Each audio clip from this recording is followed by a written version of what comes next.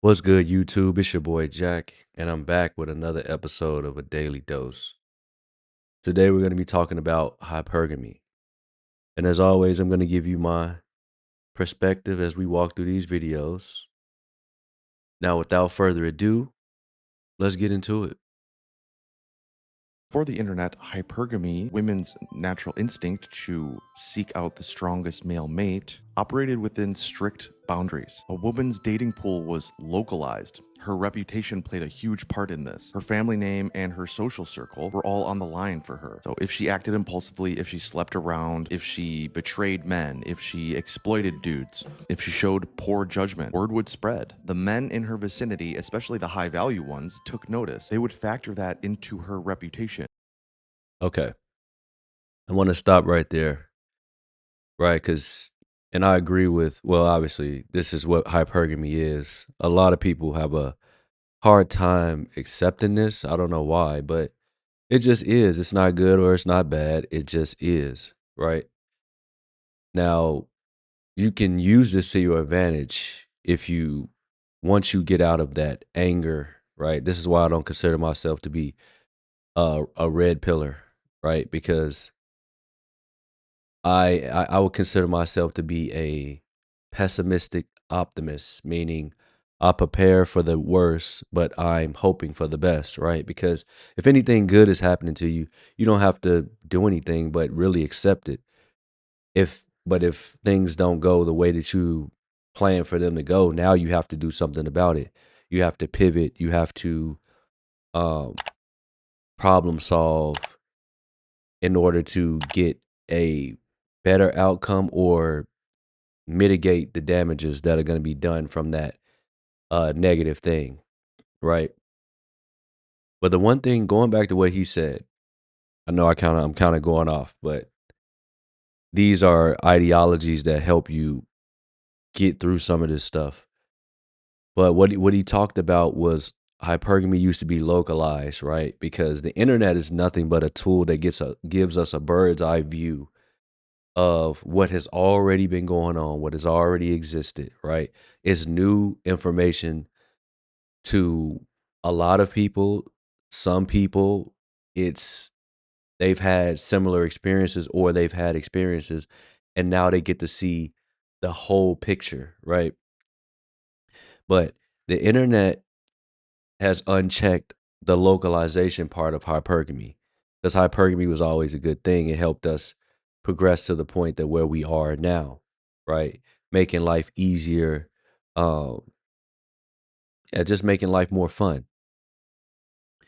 But when you uncheck it, now it's out of control, obviously. And unfortunately, if you aren't going to be ambitious, right? And you can start being ambitious. Thank God, as a man, we have time. If you're not going to be ambitious, you're going to basically lose, right? So I look at it as um natural selection, right? If you're not going to be ambitious, if you're not going to do what is required to essentially breed, because at the end, when you boil it all down, that's what it comes to: procreation, right? And it's not just about procreation. You want to have the tools and the resources to make sure that your kids don't suffer the way that you did, or they have a better opportunity moving forward, and that they pass that along, and that process keeps happening. So it's nothing to have a child, but what position are you putting them in? Are you putting them in the position where they're going to be suffering in life, or are they going to be able to live abundance with discipline and then pass that on? Um, anyway, I know I'm not, all this is pertaining to what he's talking about. I'm just giving more context. Um, but when you don't check it, right, now you have a problem that, women will gravitate towards those top guys, and certain percentage just won't breed. Some of them are going to give up anyway. Some are going to give up, and then the other ones, it's going to be very, very hard to compete. Now, The passport bros, they're just I think that that's putting a band-aid on the problem because eventually feminism will creep over into those parts of the world as well as those guys going over there and essentially ruining the women because they're going to bring the same behavior that they brought here and they're going to take it over there. So eventually those girls will be entitled and spoiled, right? Because you can spoil them over there because the cost of living is cheaper. But as those countries develop, the same problem that exists here will exist there. So it's only a temporary solution. Um, but the problem that they're gonna have is once they because all of them are chasing the top guys, once they age out of the race, then they're gonna have no one, right? And me personally, I think that that problem is gonna fall back on the government, and the government only solution is to tax the citizens. But so, that's where we're going. Anyway, let's continue.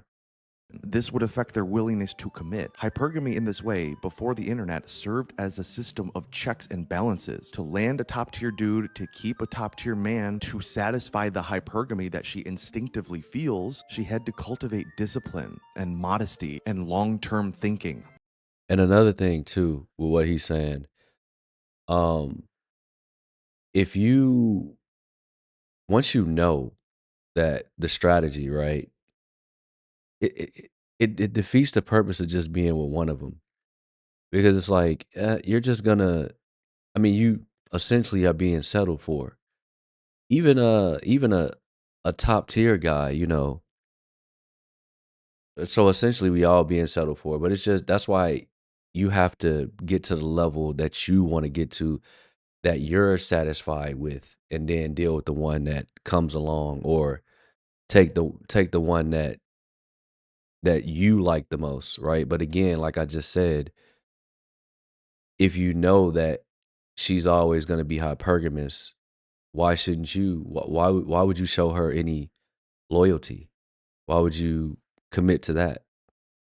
The very mechanism that drove her ambition also demanded that she exercise restraint. Her options were finite and her choices had visible consequences. The internet shattered these constraints by making men's lust scalable pretty much infinitely. Just by getting half naked on her Instagram, she can get all the fucking dopamine in the world. Dopamine that would have once required real world sustained effort to earn. From a hypergamous perspective, this is catastrophic leverage. Where pre internet hypergamy required a woman to become something graceful, skilled, loyal, reputable to attract the best man in her zip code, today's hypergamy only requires her to appear. The algorithm does the rest. Right, but see the thing is, and this is what they don't learn until they get in their 30s. This is why you see all these videos of 30-plus-year-old women complaining about men. You traded in your relationship value for short-term fun, essentially, right? You posting your body, you dealing with multiple men throughout your 20s. You're not gonna you disqualify yourself from a certain caliber of male. Now, this is why they gravitate towards that one couple, right? Look at again, I refer to Megan Thee Stallion. A lot of women are upset that that didn't work out because they are that same woman. They just don't have the money, right? But the same behaviors they exhibit. This is why they love Sierra and Russell Wilson because they only have the hope that they can find that one guy. That's all they have because they can't make you be with them. Men's lust, formerly a scarce resource doled out during the courtship process, is now an always on fire hose. Women no longer need to earn attention, they simply need to not repel it. The old checks and balances like social shame and reputation, these evaporated. The pool of suitors don't care anymore. And I the shame thing, I see why it existed. However, um that also shielded them from consequences, right? And I think the internet is a beautiful thing because this is the first time in history where they've been told not to touch the stove, right? And we know what that is an analogy for, and they're doing it anyway. Okay, cool. So now you're gonna no there's no one coming to save you with the from the consequences, right? Because the guys who would normally marry them, they're starting to understand what they've been doing up until the point where they met you. And again, if you understand that, why would you save this woman? She's been getting clapped out her entire life pretty much. And now you're the guy who has to pay the highest price and marry her and take care of her for the rest of her life when she's been doing everything with everybody. And then from what I hear, because I've never been married, you don't even get you don't get anything. I mean, you don't get the fun part, right? It's just all business. What emerges is a new form of hypergamy, one without feedback loops. In the traditional model, a woman who overestimated her value would eventually face reality when the men that she wanted rejected her. I mean, they're still facing this reality today, but the illusion of choice is what keeps them delusional, because now and indefinitely there will be some dude ready to completely validate her. There's Yes, this is correct. However, because the guy that they want, he's not gonna want them, not for long term. It'll be short term fun, right? And the thing is it's so hard for them to realize this because of what he just said. The illusion of choice keeps them delusional, basically, because they can get on Instagram, they can get on Tinder or whatever dating app, and they're gonna get validation. Yes, you're gonna have guys who will swipe on you, who are DMing you, but these aren't the guys that you want to end up with, right? Some of them you don't want to do anything with them, right? So that is the one caveat, if you will, at the end is they won't get their desired outcome. It doesn't matter who the woman is, how beautiful she is.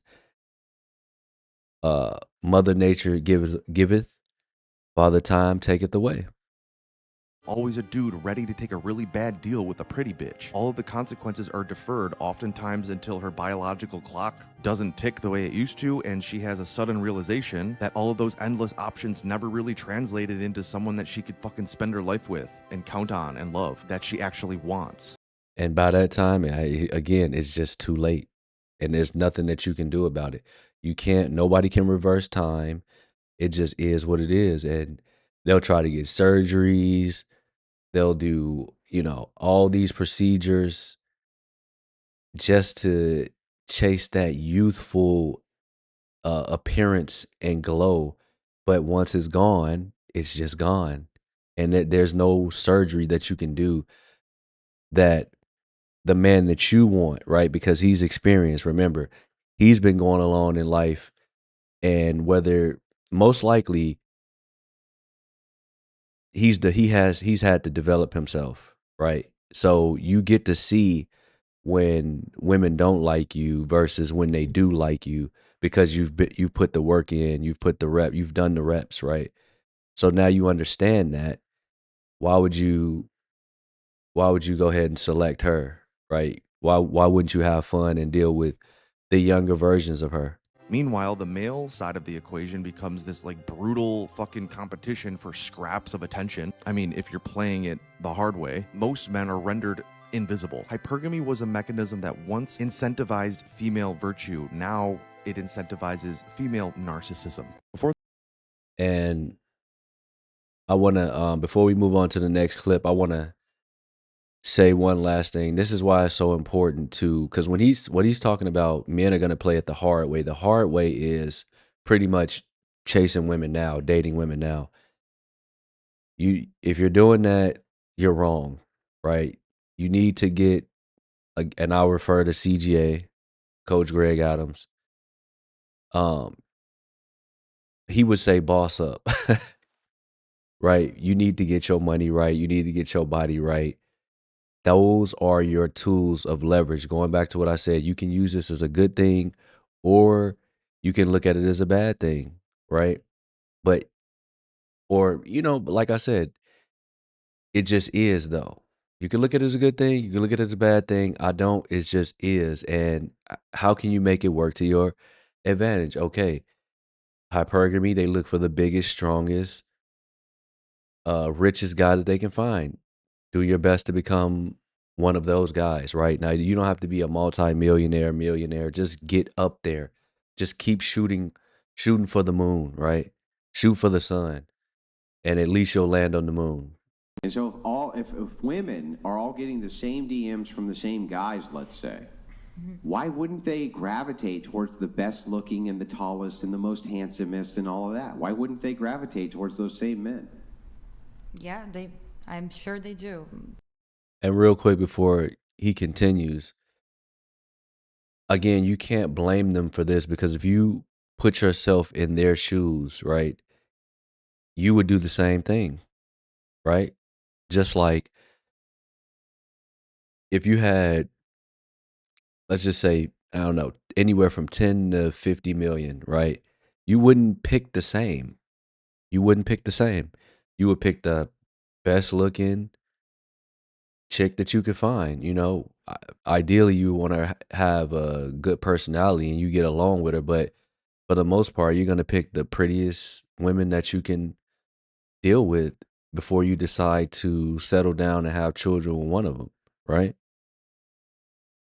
If Yeah, they're so rich. now you've run into the problem of hypergamy. And hypergamy is showing, okay, now the marketplace is completely open, but now those top tier men, all the women are pursuing them, and all of the other men, they're not getting pursued. And they're not pursuing because they can't compete with that higher echelon of men. Yeah, I feel that's a That's why phenomenon. the reason the entirety of the dating market is screwed is because of this one principle of localization versus globalization when it comes to dating. Anyway, go ahead. I just think that's a phenomenon that existed before too. It's just Show me. exponential Where did now. it exist? See, and see that she's right. And he doesn't he wants proof. There is no proof because there's no internet, but there are books out there that talk about hypergamy. This has all they've always been this way. For the most part, we just didn't know. But now everybody is starting to understand on a global scale, okay, this is just what it is, right? And the relationship between men and women are going to change, right? What is it going to look like? I don't know, but um I know it's going to look like more and more men are just going to be single and deal with a few women. Because if unless that woman was there with you while you was getting it out the mud, quote unquote, you owe no woman loyalty. You'd owe no woman loyalty. If she met you at the finish line, you owe her nothing. Where did this phenomenon exist before the internet? In the cities, like like that the hottest How could men it have are. existed in the cities? No, I mean like that's not just an internet. It could exist in the cities. Again, it's just localized. Like the previous video, right? We just went over. It was localized, meaning everybody knew. Just like okay, I'm trying to think of a movie. If there are TV shows where it's like, okay, when you're in high school or when you were in high school or if you're in high school, you know who the prettiest girl is, right? And you know who the most sought after guy is, right? That is the same thing. That's hypergamy. It's just localized in that high school. But as we grow older and mature and we start going out into the world more, then that same concept just applies just on a larger scale. And now we're at the point where now it's on the global scale, right? So some girl in Montana could be talking to a tech billionaire or just some billionaire that's in Dubai or some multi-millionaire is dealing with some girl in Tennessee.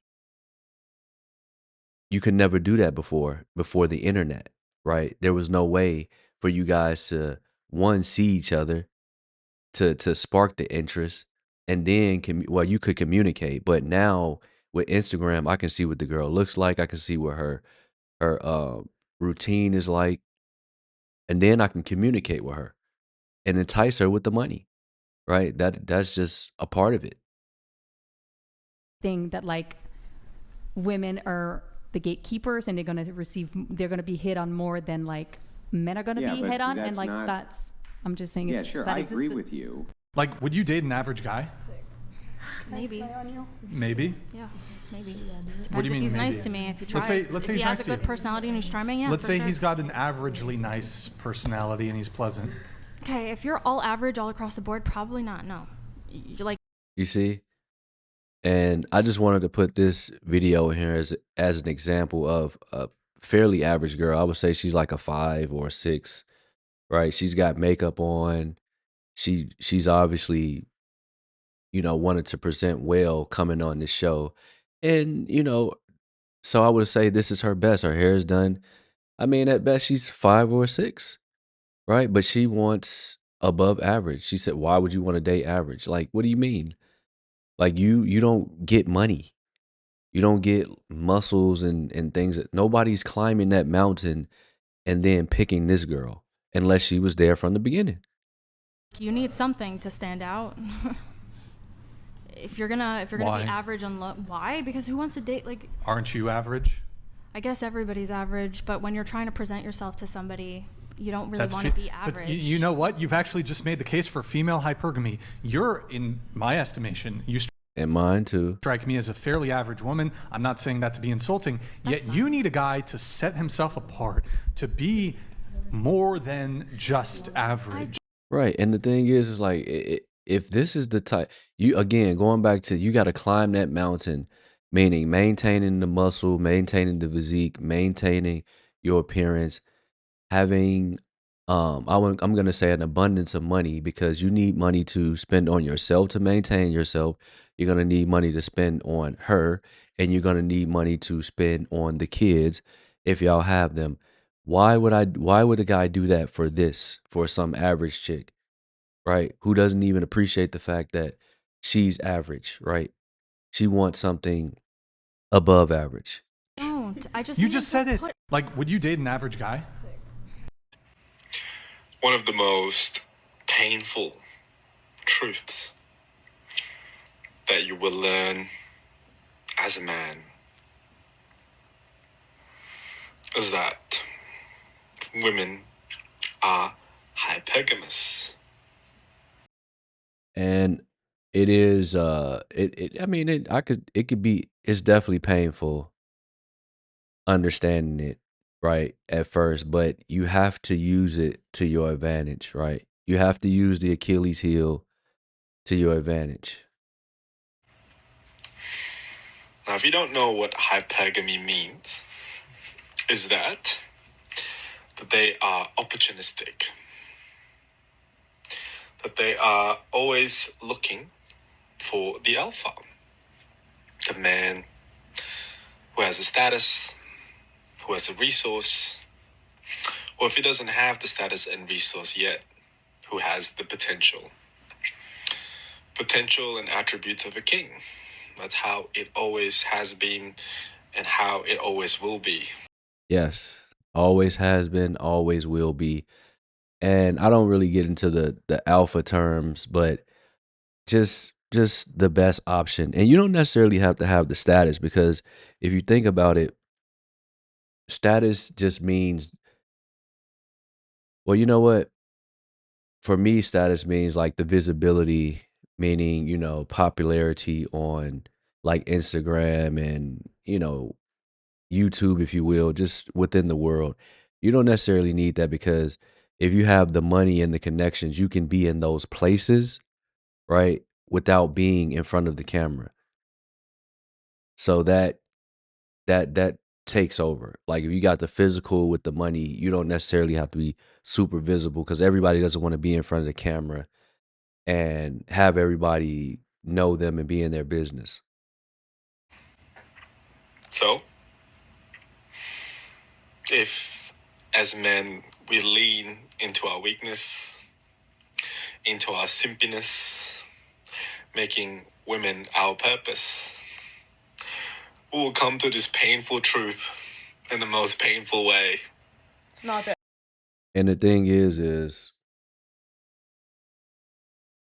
there should be a punishment for that. Like the woman shouldn't be your purpose, right? That shouldn't be your purpose, right? Even going back to biblical times, I'm thinking about Adam and Eve, right? He made that to me, he kind of made the woman his purpose because why would you obey her when God clearly told you not to partake in whatever um the apple was, if whether it was a physical apple or something else.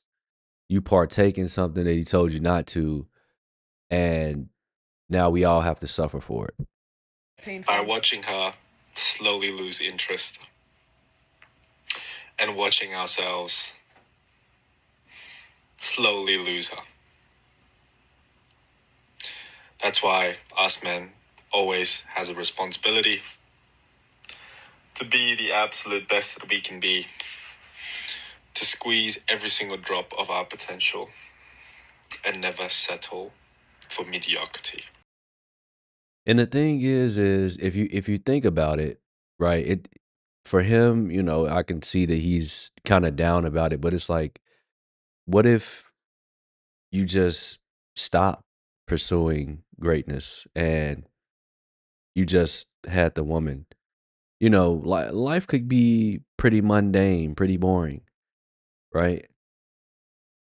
It's more fun to always strive to accomplish something. It doesn't have to be some great feat because you're gonna get to a point, or hopefully you get to a point where um you've accomplished your great things, right? You've accomplished some pretty great things, and now it's just about maintaining certain things and tweaking certain things and just always feeling that sense of accomplishment.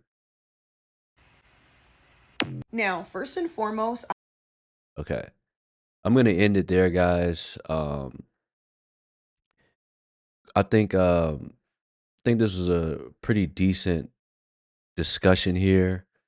I want to be, I don't want to say uplifting because we have to all individually go on this road and um see where we fall in the pecking order, right? And this is everyone. Some of us are gonna make it to the 5%, 1%, 10%, 15, 20, wherever you can, whatever you can do with where you are now. Because some people get this information and they're so far behind. Some people get this information, they're so far ahead, right? And, we just have to strive to be the best that we can be and go where we're appreciated and celebrated and not tolerated, right? So I'm going to leave it here. Let me know what you guys thought about the video. Like, comment, subscribe, share the video if you can. That's it. Until the next one.